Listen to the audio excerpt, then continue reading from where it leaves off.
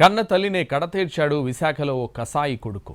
నవమాసాలు మోసి కని పెంచిన తల్లిని ప్రేమ ఆప్యాయంగా చూసుకోవాల్సింది పోయి కర్కశంగా కత్తితో పొడిచి చంపాడు. ఆన్లైన్ గేమ్స్ ఆడొద్దు, జీవితాన్ని నాశనం చేసుకోవద్దని మందలించిన తల్లిని రక్తమొచ్చేలా కొట్టి కత్తితో 8 సార్లు పొడిచి చంపాడు. మృతురాలు అల్కా సింగ్ ఇండియన్ నేవీ అధికారి భార్య. అల్కా సింగ్ దారుణ హత్యపై మల్కాపురం పోలీసులు కేసు నమోదు చేసి దర్యాప్తు చేపట్టారు.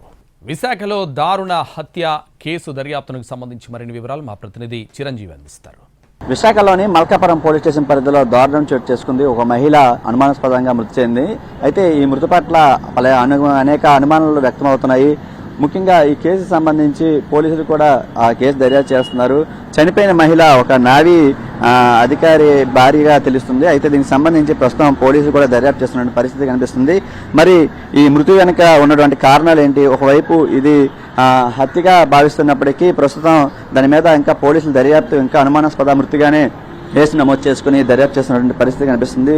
సార్ దేనికి సార్ ఎలా జరిగింది దీని మీద ప్రస్తుతం ఎటువంటి సెక్షన్ల కింద కేసు నమోదు చేయడం జరిగింది? ఇది మర్డర్ అండి. ఈ లేడీ అల్కా సింగ్ అని ఈవిడ 47 ఇయర్స్ అండి. ఈవిడ హస్బెండ్ బల్బీర్ సింగ్ అండి. అతను కోస్ట్ గార్డ్లో కమాండెంట్ అండి. అయితే గత 2 days బ్యాక్ 28న అతను ఆన్ డ్యూటీ పారదీప్ వెళ్ళారండి. ఇంట్లో ఈ డిసీజ్ చచ్చిపోయిన ఆమె అల్కా సింగ్, ఆవిడ పెద్ద కొడుకు అన్మోల్ సింగ్, చిన్న కొడుకు, వీళ్ళు ముగ్గురే ఉన్నారండి. ఓఎస్ఎస్ ఫర్టిలిటీలో టెస్ట్, ట్రీట్మెంట్స్, థెరపీస్ అన్ని scientifically design in the good hands of science. Mummy daddy అవ్వాలంటే ఓఎస్ఎస్ కి కాల్ చేయండి. అయితే చిన్న కొడుకు కూడా కాలేజీకి వెళ్ళిపోతుంటాడు. పెద్ద అబ్బాయి ఆన్లైన్ గేమ్స్కి అలవాటు పడిపోయాడు. ఆన్లైన్ గేమ్స్కి అలవాటు పడిపోతే తల్లిదండ్రులు అతనికి చాలాసార్లు మందలించడం జరిగింది. అయినా అతను వినేవాడు కాదు. అతను ల్యాప్టాప్ని తీసుకొని తల్లి ల్యాప్టాప్, సెల్ ఫోన్ 2 తీసుకొని తల్లి ఉంచింది. అయితే నిన్న ఆ విషయమై తల్లితో గొడవ జరిగింది కొడుక్కి. ఆ సమయంలో ఇంట్లో ఎవరు లేరు. పని మనిషి ఉండేది. పని మనిషి వెళ్ళిపోయిన తర్వాత, పని మనిషి ఉన్నప్పటి నుంచే గొడవ మొదలైంది. పని మనిషి వెళ్ళిపోయిన తర్వాత సాయంత్రం 4-6 మధ్యలో ఈ గొడవలో ఇతను కొద్దిగా ఆవేశపడు. దాంతో ఇతను తల్లిని కత్తితో పొడిచాడండి. చాలా గాయాలు ఉన్నాయి. ఇంచుమించు ఒక 8 కట్ ఇంజరీస్ ఉన్నాయి.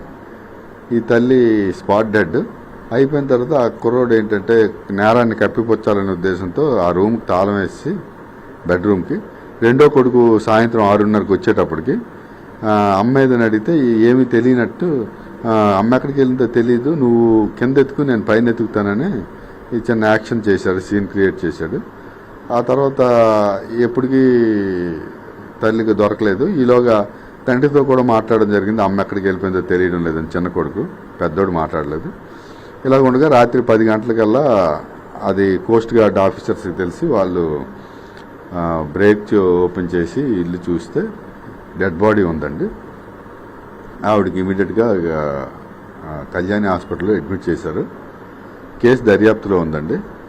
ఇది ప్రస్తుతం అయితే కేసు సంబంధించి పోలీసులు దర్యాప్తు చేస్తున్న పరిస్థితి కనిపిస్తుంది. అయితే ఆన్లైన్లో గేమ్స్ ఆడుతున్నటువంటి కొడుకుని మందలించి ఆమె ఈ విధంగా చేయడం జరిగింది. ప్రస్తుతం అయితే ఆ సంఘటన స్థలానికి చేరుకుని డాగ్ స్క్వాడ్ వీటన్నిటితో కూడా పోలీసులు దర్యాప్తు చేస్తున్నటువంటి పరిస్థితి మనకు కనిపిస్తుంది. ముఖ్యంగా ఈ కేసు సంబంధించి వెంటనే విషయం తెలిసిన వెంటనే స్థానికులు సమాచారం ఇవ్వడంతో ఘటనా స్థలానికి చేరుకుని అక్కడ లభించినటువంటి ఆధారాలు, అదేవిధంగా ఎవరైతే ఈ హత్యకు పాల్పడాడో ఆ కొడుకుని కూడా ప్రస్తుతం పోలీసులు అదుపులో తీసుకుని విచారణ చేపడుతున్నటువంటి పరిస్థితి కనిపిస్తుంది. కెమెరామెన్ సురేష్తో చిరంజీవి, ఎన్టీవీ, విశాఖ నుంచి.